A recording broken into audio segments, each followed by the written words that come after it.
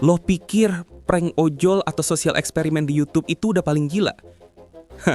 Minggir dulu, kita mundur ke tahun 1293.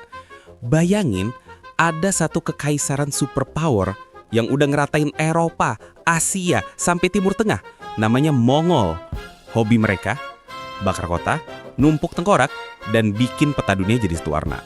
Tapi, pas mereka nyampe di Jawa, mereka bukan kalah perang bro, mereka di scam. Iya, lo gak salah dengar. Pasukan elit Kubilai Khan, cucu Genghis Khan yang legendaris itu, dikadalin abis-abisan sama satu orang pangeran lokal yang bahkan kerajaan aja belum jadi. Ini adalah kisah investasi bodong berdarah pertama dalam sejarah Nusantara. Selamat datang di Cerita Si David, dan inilah kronologi prank Raden Wijaya. Sebelum kita lanjut, bantu gue agar terus semangat dengan cara tekan tombol subscribe dulu ya. Oke, kita intro dulu.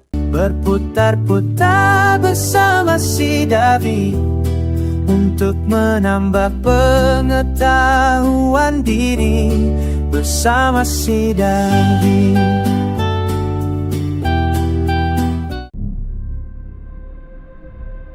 Oke, kita bedah dulu root cause-nya. Kenapa Mongol yang markasnya jauh di utara sana repot-repot OTW ke negara tropis yang panasnya kayak simulasi neraka ini? Jawabannya simple. Ego Kubilai Khan yang setinggi langit. Jadi gini, Kubilai Khan ini lagi flexing. Dia kirim utusan ke seluruh dunia, minta semua raja tunduk dan bayar upeti. Lo bayar atau lo rata tanah. Simple kan? Nah, sampailah utusan Mongol bernama Mengci atau bacanya Mengci ke Singosari, Jawa Timur. Pas itu rajanya adalah Kertanegara. Kertanegara ini bukan tipe raja yang bisa lo gertak sahambal bro.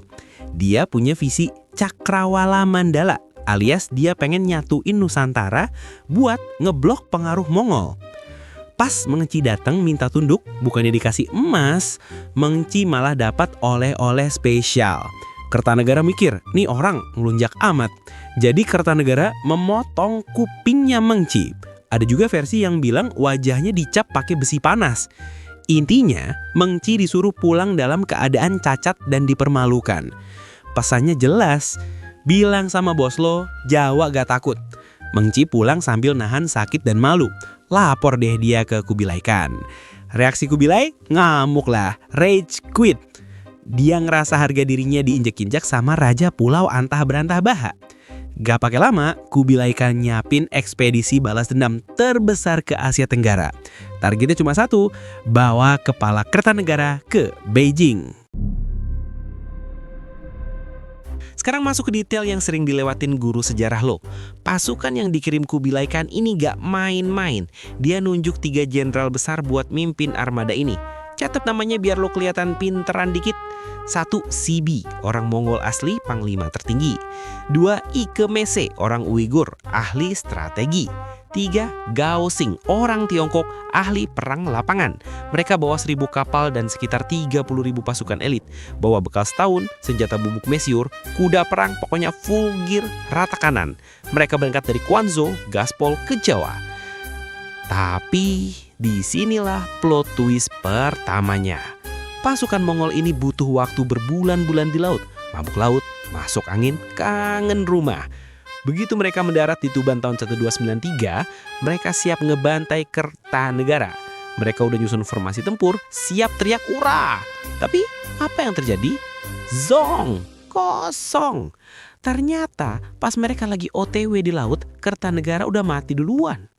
Bayangin betapa kesalnya Mongol bro. Udah jauh-jauh mau ngelabrak orang, targetnya udah pindah alam.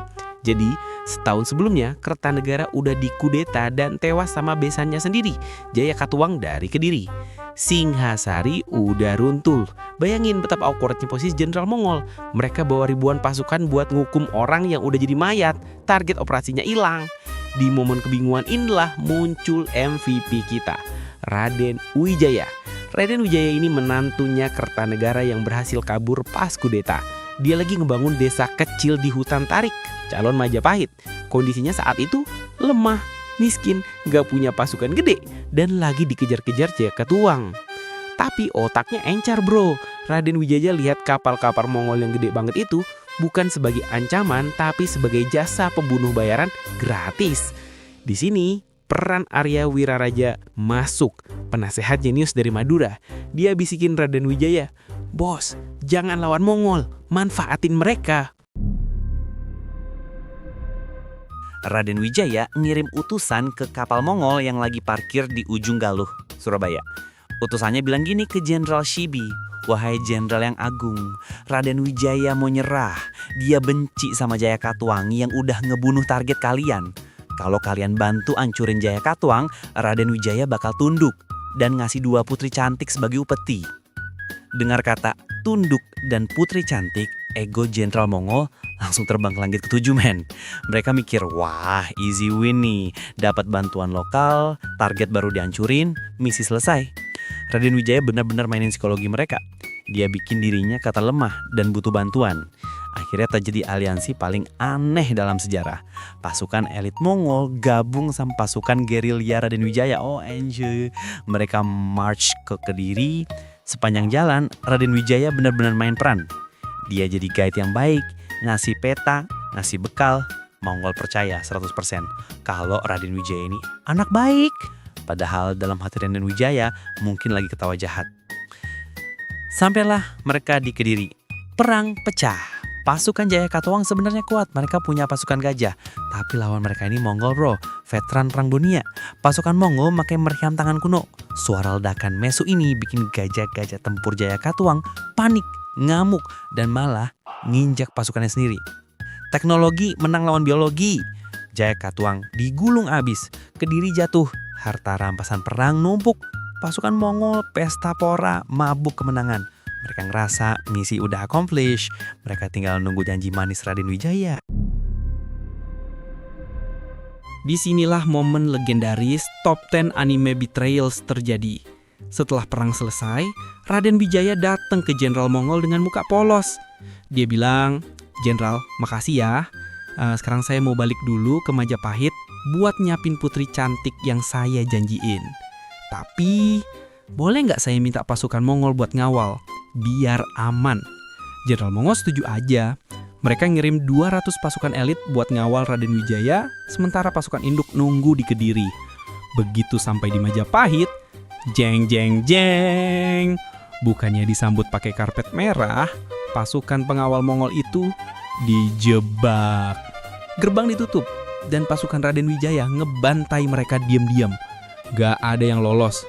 Setelah itu, Raden Wijaya langsung mobilisasi seluruh pasukannya buat nyerang kamp utama Mongol yang lagi lenggah dan foya-foya. Serangannya dadakan banget. Pasukan Mongol kaget setengah mati. Mereka capek abis perang. Mereka nggak kenal medan hutan tropis. Mental mereka hancur karena dihianati sekutu sendiri. Jenderal Chibi sadar kalau mereka tetap di darat, mereka bakal abis dibantai taktik gerilya. Akhirnya perintah mundur diteriakan. Retreat, balik ke kapal.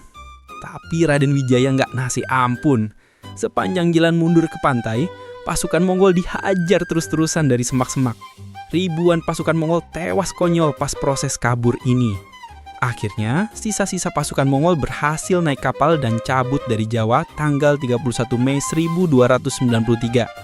Mereka pulang ke Tiongkok bawa tangan kosong, luka-luka, dan rasa malu seumur hidup. Pas nyampe hadapan Kubilai Khan, habis dimaki-maki. Shibi dicopot jabatannya dan hartanya disita. Dan di atas puing-puing kekalahan Mongol itulah, Raden Wijaya dinobatkan jadi raja pertama Majapahit. Dari strategi yang cerdas dan manipulatif ini, lahirlah imperium terbesar Nusantara. Apa yang bisa kita pelajarin dari sini?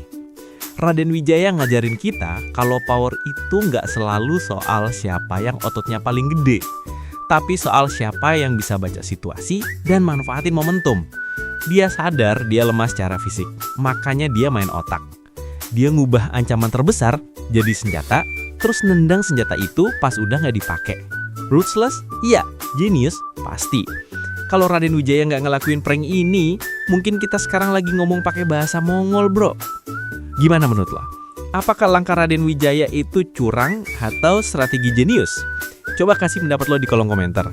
Jangan lupa smash tombol like kalau lo bangga sama sejarah nenek moyang kita.